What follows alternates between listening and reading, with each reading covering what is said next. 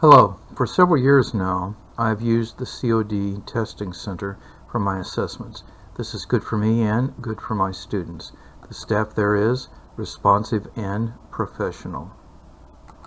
And so it was this spring, 2020, until around St. Patrick's Day, when the COVID-19 tsunami engulfed the College of DuPage and another solution was required. I first decided to test the strength of the academic integrity covenants between the faculty and the students. Unfortunately, those covenants were found to be a work in progress. Here's an example from my Calculus 1 class. This was what happened when they were being tested in the testing center before COVID-19. And this is what happened under the Trust Me environment, under the Academic Honesty Partnership method of operation. Clearly, proctoring is needed, and we were going to have a heavily weighted final exam, and I was still unclear about what proctoring instrument to use, even though I was talking to many people about many products. To prepare my students for this, I decided we should have another assessment, and this one was going to happen on May 5, and I called it the Cinco de Mayo quiz, where I introduced significant elements of proctoring rigor, not the full final exam version, but something that was very much approaching that. The Cinco de Mayo quiz had results that rivaled the actual Cinco de Mayo. There was significant blood and even a larger outcry. Fortunately, later on the Cinco de Mayo, we had a math meeting where Chris Bailey told us about and extolled the virtues of his cell phone solution. And later in the agenda, Cheryl Martin told us that the testing organization was trying to institutionalize a remote testing service, refining Chris's approach. I asked Cheryl how I should get engaged in that, and she said I should talk to Jane Schubert, and so that's where I went. I caught up with Jane late in the day on the 6th, and we talked. I told her what I really would like to do is do tests with her the following week, 3 tests on the 11th, the 12th, and the 14th. Jane said she did have planned to do 1 test with a CIS adjunct at his request. They were going to proctor that, and she agreed to do mine as well. So 3 of the 4 were math tests. Jane got busy in a hurry. She was developing and refining Chris's process and developing work products to support the students and faculty in that effort. She recruited, trained, and scheduled proctors and communicated with the students about the concurrent but separately scheduled Zoom sessions.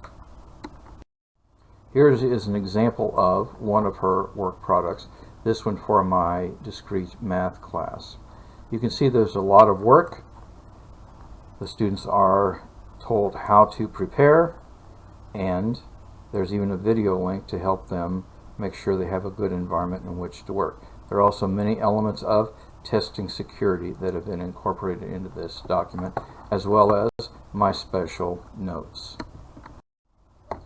Proctors were recruited from experienced testing staff, trained, and scheduled to do concurrent one-on-one Zoom proctoring events with my students.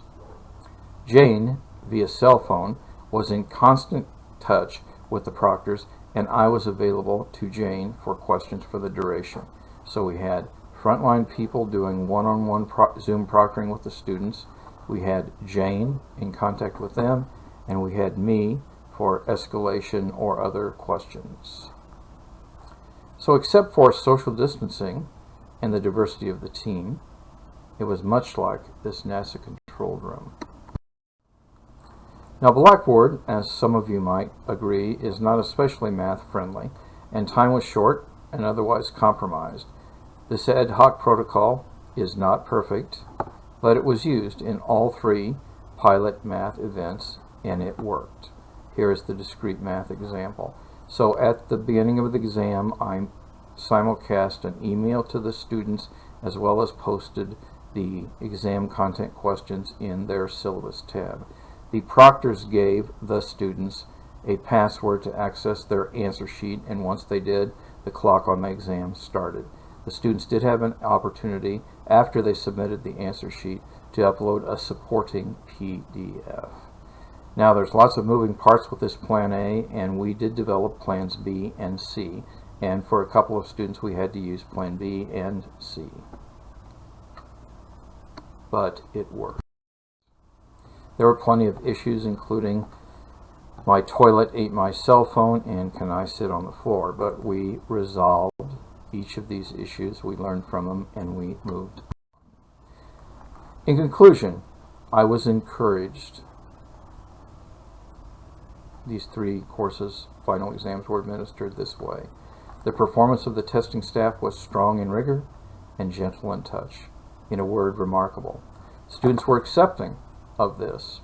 In fact, in many instances, appreciative. There was some venom. It was sparse, and it was all directed at me. There are issues. They have to try to understand how scalable this is. But I signed up to do this again in summer 2020 for differential equations in CLAP 1. And Bailey and Schubert, I understand, are planning a TLC workshop session, possibly on this date. And this would be an opportunity to help this service evolve effectively and perhaps work for you as well. Please take care.